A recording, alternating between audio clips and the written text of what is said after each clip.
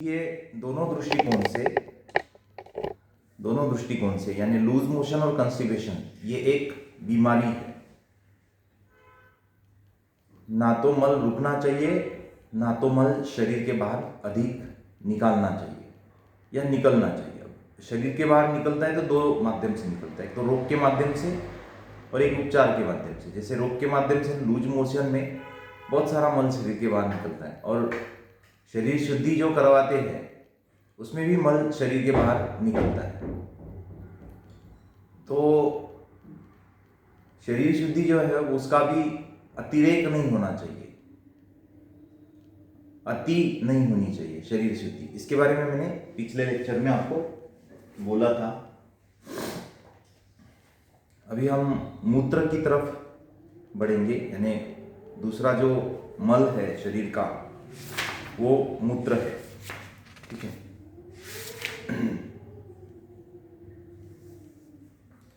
मूत्र के माध्यम से व्यर्थ के पदार्थ शरीर से बाहर निकलते हैं। यह आहार के असार, कीट या मल भाग का तरल अंश होता है। यह शरीर की आवश्यकता से अधिक आर्द्रता को कम करता है तथा बस्ती को आर्द्र और भरा रखता है। स्वास्थ्य को बनाए रखने के लिए गर्मी और सर्दी दोनों ऋतुओं में ही अधिक मात्रा में लगभग 4 लीटर जल पीने पर बल दिया गया है, ताकि व्यक्ति दिन में कम से कम 6 बार मूत्र का त्याग अवश्य कर सके और इसके साथ हानिकारक पदार्थ भी शरीर से बाहर निकल जाए। मूत्र शरीर में पाए जाने वाले द्रव पदार्थ में जलीय विद्युत अपघटक के सामान्य घनत्व को बनाए रखता है। इस मल की सामान्य क्रिया आहार में द्रव पदार्थ की मात्रा, पानी पीने की मात्रा, वातावरण का तापमान एवं मनुष्य की शारीरिक एवं मानसिक अवस्था पर निर्भर करता है। आयुर्वेद के अनुसार मनुष्य का मूत्र एक स्वाभाविक विरेचक है जो शरीर में से विषैले पदार्थों को बाहर निकालता है। बहुत अधिक मूत्र आना भी एक प्रकार का रोग है। मूत्र की अधिकता होने पर बस्ती में दर्द, भारीपन और बेचैनी होती है। मूत्र के वेग को रोकने और मूत्र का वेग होने पर जल पीने से भी यह लक्षण प्रकट होते हैं। मूत्र की मात्रा में कमी होने से बस्ती प्रदेश में चुभन सी पीड़ा, कम मात्रा में मूत्र का विसर्जन या रुक रुक कर मूत्र विसर्जन, मूत्र त्यागते समय दर्द, मूत्र का रंग बदलना या रक्त से मिश्रित मूत्र आना, ये लक्षण दिखाई देते हैं। तो सबसे पहले तो ये समझना है कि ये जो मूत्र है ये इसका कारण क्या है। तो मूत्र एक मल है, शरीर के त्याज्य पदार्थ को बाहर निकालता है। नंबर 2, ये शरीर में जल के स्तर को बनाए रखता है।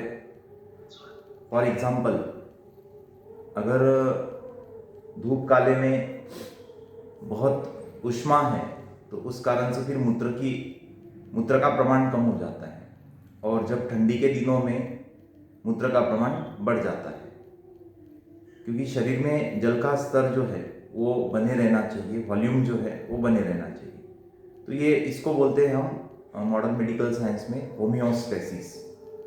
होम्योस्टेसिस इसका अर्थ होता है संतुलन।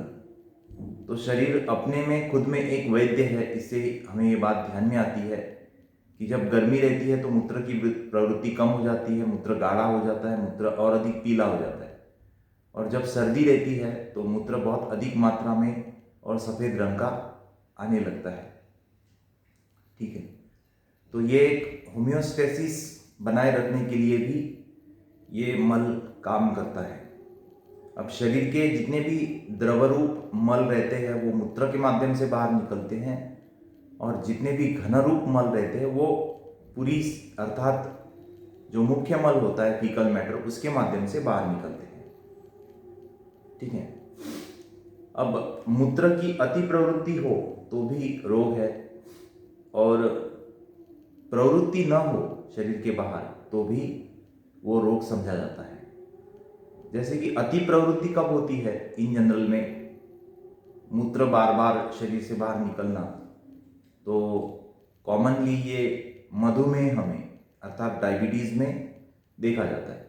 लेकिन ऋतु के अनुसार, वातावरण के बदल के अनुसार होता है कुछ समय के लिए, तो उसे रोग ना माने। ठीक है, जैसे ठंडी के दिनों में बहुत बार बार मूत्र को जाना पड़ता है, रात को भी उठना पड़ता है, तो हमें ऐसा लग सकता है कि क्या हमें मधुमेह तो नहीं हुआ।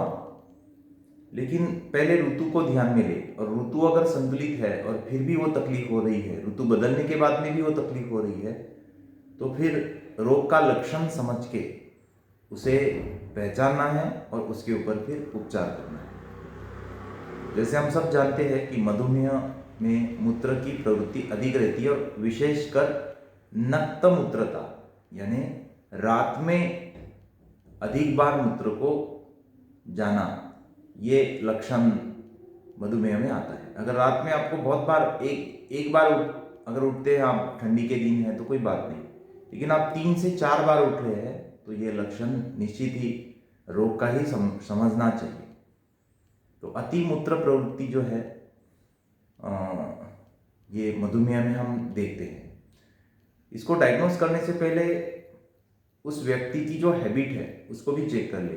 कोई अगर रात को सोने से पहले 2 से 4 गिलास पानी पी रहा है फिर सो रहा है, तो इससे भी मूत्र प्रवृत्ति अधिक हो सकती है। तो जो हैबिट्स है उसको चेक करें, उसके बाद में फिर आप निदान कर सकते हैं।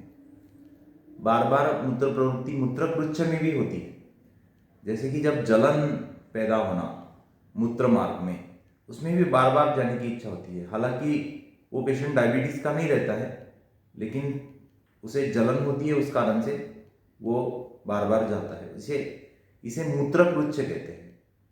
यानी जब मूत्र का पीएच लेवल कम हो जाता है, यानी एसिडिक हो जाता है, तो मूत्र मार्ग की जो म्यूकस मेम्ब्रेन होती है, श्लेष्मल त्वचा जो होती है, तो वहाँ पर इरिटेशन, मूत्र का इरिटेशन होना शुरू हो जाता है, क्योंकि मूत्र का जो पीएच है वो स्लाइडली थोड़ा सा एसिडिक ही रहता है, लेकिन बहुत ज़्यादा एसिडिक जब हो जाता है तो फिर उस श्लेष्मल त्वचा के ऊपर जलन होने लगती है। उसको ही हम बोलते हैं मूत्रकृच्छ, या मॉडर्न मेडिकल साइंस में उसको बोला जाता है बर्निंग मिक्चुरेशन, है ना, बर्निंग मिक्चुरेशन। अब ये मिक्चुरेशन जो शब्द है, मूत्र त्याग जब किया जाता है तो उस प्रोसेस को मिक्चुरेशन बोलते हैं, MICTATION, मिक्चुरेशन।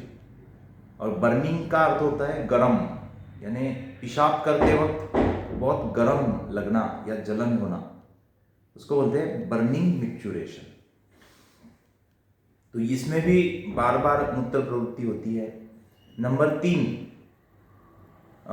जेंट्स में यानी पुरुषों में जब प्रोस्टेट ग्लैंड की सूजन आ जाती है, हाइपर प्रोस्टेट हो जाता है, उसमें भी अर्जेंसी और फ्रीक्वेंसी बढ़ जाती है। इसमें स्पेशली अर्जेंसी रहती है जो प्रोस्टेट के पेशेंट होते हैं। अब महिलाओं में प्रोस्टेट ग्लैंड नहीं होती है, इसलिए ये तकलीफ महिलाओं में नहीं होगी, मात्र पुरुषों में ही होगी।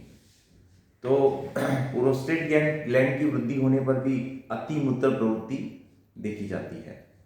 ठीक है। और एक डायबिटीज इंसिपिडस, अब हम मधुमेह को डायबिटीज मेलाइटस बोलते हैं। ठीक है। और एक कंडीशंस होती है डायबिटीज इंसिपिडस, यानी इसमें ये हार्मोनल बीमारी रहती है, और इसमें जो पिट्यूटरी ग्लैंड है वो, उसमें जो डाययूरेटिक हार्मोन जो है उसका प्रमाण बढ़ जाता है। डाययूरेटिक हार्मोन यानी जिससे मूत्र अधिक त्यागने की इच्छा हो या फिर अधिक त्यागा जाता है, तो वो हार्मोन्स इसमें बढ़ जाता है, और उसके कारण से फिर पिट्यूटरी ग्लैंड जो है वो उसका सिक्रेशन बढ़ने से वो व्यक्ति बार बार मूत्र प्रवृत्ति करता है। इसमें शुगर नहीं बढ़ती है, इसमें खाली मूत्र प्रवृत्ति बढ़ती है, और हम फिर आश्चर्यचकित हो जाते हैं कि ब्लड ग्लूकोज लेवल बहुत नॉर्मल है और उसके बावजूद भी फिर मूत्र को बार बार क्यों मूत्र प्रवृत्ति हो रही है। तो इसको बोलते हैं फिर diabetes insipidus modern medical science में। और सामान्य जो मधुमेह होता है उसको बोलते हैं डायबिटीज मेलाइटस। ठीक है, इस दो में फर्क है। तो उसमें भी मूत्र प्रवृत्ति फिर अधिक होती है। अति मूत्र प्रवृत्ति के जो कारण होते हैं वो 4-5 कारणों में इनमें से ही कुछ एक होते हैं। कैंसर भी रह सकता है। ब्लैडर का अगर कैंसर होता है या फिर ब्लैडर के अगल बगल में कहीं पर भी कैंसर होता है, उसका प्रेशर अगर ब्लैडर के ऊपर आता है तो उसके कारण से भी मूत्र प्रवृत्ति रह सकती है। ठीक है, तो इसके ऊपर उपाय जो है वो जैसे कारण रहेगा उसके अनुसार फिर हम उपाय जो है वो बोल सकते हैं। और एक इन जनरल कारण रहता है सिस्टाइटिस, इन्फ्लेमेशन ऑफ ब्लैडर। ये इन्फेक्शन के कारण भी होता है, लेकिन हम नेचुरोपैथी के दृष्टिकोण से इन्फेक्शन को मानते नहीं हैं। विजातीय तत्व ही हम रोगों का कारण समझते हैं। लेकिन थोड़ा सा एक कंपैरेटिव स्टडी के लिए सिस्टाइटिस जो है वो इन्फेक्शन के कारण होता है, सिस्टाइटिस। अब इन्फेक्शन का कारण भी विजातीय तत्व का संचय ही होता है। सेकेंडरी कॉज इन्फेक्शन हो सकता है, प्राइमरी कॉज तो विजातीय तत्व ही है। तो सिस्टाइटिस में फिर बार बार मूत्र को त्यागने की इच्छा होती है, तो इसमें फिर आप मॉडर्न मेडिकल साइंस में एंटीबायोटिक देके इस तकलीफ को कम किया जाता है।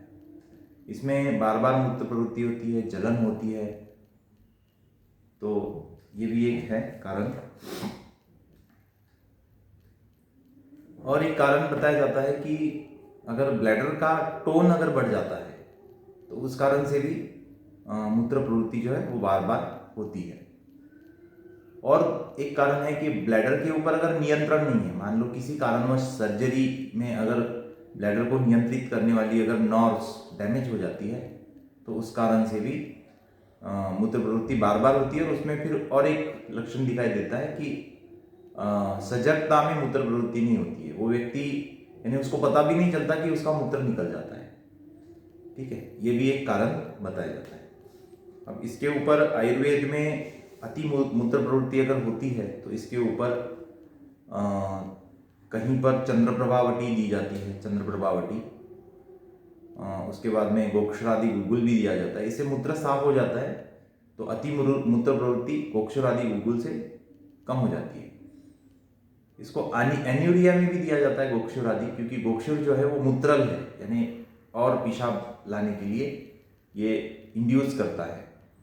तो दोनों कंडीशन में गोक्षुर आदि गुगुल यूज किया जाता है। फिर गोखरू काढ़ा जो है वो भी दिया जाता है, वरुणादि काढ़ा भी दिया जाता है। वरुणादि काढ़ा स्पेशली स्टोन में दिया जाता है। अगर मूत्र में स्टोन बने हैं तो उस कारण से भी फिर ये काढ़ा दिया जाता है। तो स्टोन में तो अति मूत्र प्रवृत्ति नहीं रहती, एनीरिया रहता है, बहुत बार स्टोन मूत्र मार्ग में फंस जाता है, उसके कारण से फिर मूत्र भी नहीं होता है। तो वो सेकंड जो है कंडीशन उसमें हम लेंगे। ठीक है, नेचुरोपैथी में ठंडा गर्म सेक जो है वो किया जाता है अति मूत्र प्रवृत्ति या फिर एन्यूरिया में, स्पेशली ये एन्यूरिया में किया जाता है। लेकिन अति मूत्र प्रवृत्ति में भी इसका लाभ होता है। ठीक है, मिट्टी का लेप भी मूत्राशय का जो एरिया होता है उसके ऊपर आप कर सकते हैं। ठीक है,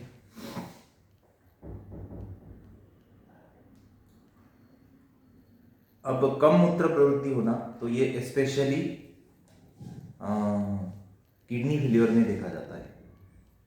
जब किडनी मूत्र तैयार करना कम कर देती है या बंद कर देती है तो इसमें फिर ये देखा जाता है कि कम मूत्र आ रहा है या फिर मूत्र नहीं आ रहा है। इसमें ट्रीटमेंट जो है वो आयुर्वेद में गोक्षुरादि गुगुल, पुनर्नवा गुगुल और मूत्रल जितने भी द्रव्य होते हैं, शिलाजीत वगैरह, इसको दिया जाता है।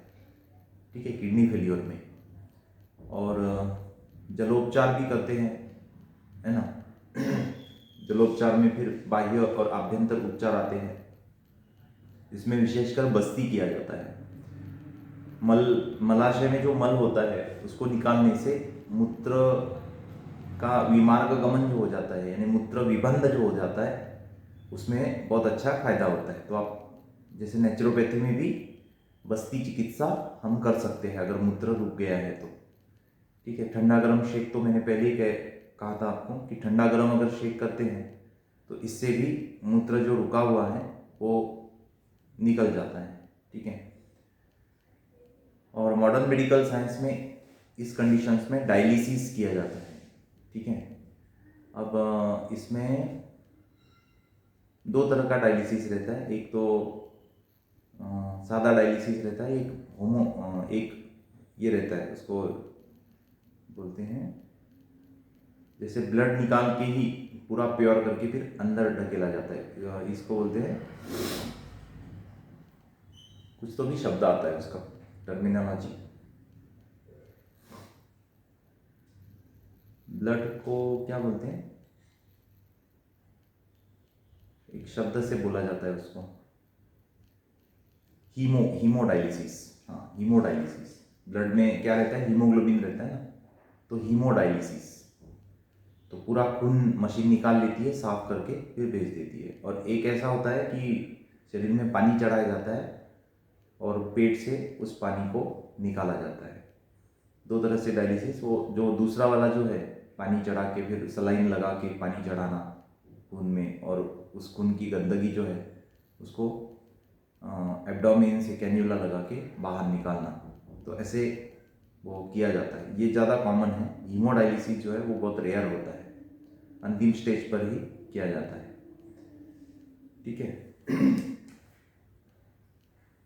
तो इसमें थोड़ा सा पानी के नियम मैं बता देता हूँ, क्योंकि इससे हमारी किडनी जो है वो स्वस्थ रहती है। अगर एक व्यक्ति का वजन 60 किलो है तो करीबन उसने 3 लीटर पानी पीना चाहिए, कम से कम। अब डिपेंड करता है वातावरण के अनुसार, आधा पौन लीटर कम ज़्यादा, लेकिन पानी पीना चाहिए। बहुत लोग कम पानी पीते हैं, उनकी किडनी खराब हो जाती है। ठीक है, शरीर में ऊष्मा बढ़ जाता है, सूखापन आ जाता है, वेट लॉस हो जाता है। इसलिए पानी जो है वो उचित मात्रा में पिए। और पानी पीने का जो तरीका है वो घूट घूट पानी पिए, गटागट न पिए। पानी का तापमान जो है शरीर के तापमान के बराबर होना चाहिए। लोग पानी पीते हैं, चिल्ड वाटर पीते हैं, कुछ लोग बहुत ज़्यादा गर्म पानी पी जाते हैं, है ना। गुनगुना पानी पीना चाहिए। बहुत ज़्यादा गर्म पानी पीने से भी शरीर की हानि होती है। कुछ लोग ऐसे बोलते हैं कि ज़्यादा गर्म पानी, हॉट वाटर जो है वो शरीर के लिए मृत्यु को लाने के समान होता है। ये जो हॉट वाटर है वो बहुत ज़्यादा गर्म पानी। ठीक है, मेरे केमिस्ट्री के सर बोलते थे, कभी प्रयोग तो नहीं किया लेकिन हो सकता है ऐसे बहुत ज़्यादा गर्म पानी पीने से मृत्यु तो नहीं होगी, लेकिन बहुत सारे रोग तो हो ही सकते हैं। तो बहुत ज़्यादा ठंडा पानी, बहुत ज़्यादा गर्म पानी नहीं पीना है। गुनगुना पानी, नॉर्मल जो हमारे बर्तनों में पानी होता है वही हमें पीना है। और गर्मी के दिनों में मटके का पानी पीना है। फ्रिज का पानी तो कभी पीना ही नहीं चाहिए। आजकल हम कहीं पर भी जाते हैं तो फ्रिज का पानी ही हमें पिलाया जाता है। ये रोगी बनाने का एक षड्यंत्र भी है। पानी बहुत टेस्टी लगता है, ठंडा पानी हमें पीने में धूप काल में बहुत अच्छा लगता है और हम पीते हैं। अभी बीते दिनों में बहुत सारी शादियाँ अटेंड करनी पड़ी, प्रोग्राम्स अटेंड करने पड़े, और वहाँ पर वो कैन का ही पानी होता है। ठीक है, जहाँ देखो वहाँ कैन का ही पानी होता है। हम गरम गरम भोजन करते हैं और उसके ऊपर ठंडागार पानी पी जाते हैं, तो इससे शरीर की होम्योस्टेसिस बिगड़ जाती है। इससे फिर कफ की बीमारी, साइनस की बीमारी, प्रतिशाय, ये बीमारी हो सकती है, गला बैठना, ऐसी बीमारियां हो सकती है। और इन दिनों में मैंने भी इस बात को महसूस किया है। ठीक है, अब धूपकाल के दिनों में आइसक्रीम भी बहुत खाया जाता है। इससे भी आइसक्रीम यानी खाना ही गलत है अकॉर्डिंग टू नेचुरोपैथी, क्योंकि किडनी के लिए बहुत हार्मफुल होता है। बहुत ठंडी चीज़ें खाना और बहुत गर्म चीज़ें खाना ये किडनी के लिए बहुत हार्मफुल होता है। ठीक है, लोग इसको नज़रअंदाज करते हैं और फिर खाते रहते हैं। एक आध दो बार खाने से कोई ज़्यादा प्रॉब्लम तो नहीं आती, लेकिन जिनको हैबिचुअल हो जाता है उनके लिए बहुत प्रॉब्लम लाने वाली ये बात हो सकती है। ठीक है, तो शरीर में जल का स्तर बने रहे, हमारी किडनी जो है वो अच्छे से काम करते रहे, इसलिए आपको पानी जो है वो संतुलित मात्रा में ही लेना है। और उसका तापमान है, उसको लेने का तरीका है ना, वो भी हमें समझना पड़ेगा। इस बात के ऊपर ऑलरेडी मैंने बहुत लेक्चर्स आपको दिए हैं, इसलिए मैं बहुत ज़्यादा रिपीट नहीं करूँगा, लेकिन फिर भी इस बात को याद करना ही पड़ेगा किडनी को बचाने के लिए और किडनी को स्वस्थ रखने के लिए। ठीक है।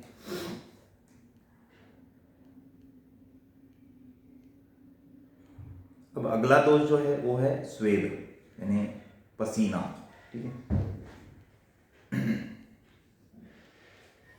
आज हमने 10 मिनट थोड़ा सा लेट शुरू किया, यानी मैंने सिखाना ही लेट शुरू किया। तो जब तक मीटिंग चलती है 45 मिनट चलेंगी मीटिंग, तो हम तब तक लेंगे। मीटिंग ओवर होने के बाद में हम रुक जाएंगे। ठीक है।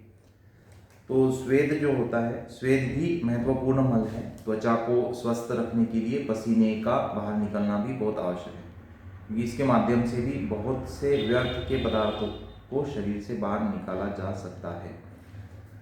अब इन दिनों में जो मिडिल क्लास और हायर क्लास लोग होते हैं, उनके स्किन के माध्यम से स्वेट जो है, पसीना जो है, निकलता ही नहीं है। तो उनमें जो बीमारियां बढ़ती है उसका मुख्य कारण यही होता है कि त्रिमल में जो स्वेद एक निकलना चाहिए पसीने के बाहर स्किन के माध्यम से, तो वो निकलता नहीं है, और वही कारण बन रहा है इन दिनों में अधिक लोगों का।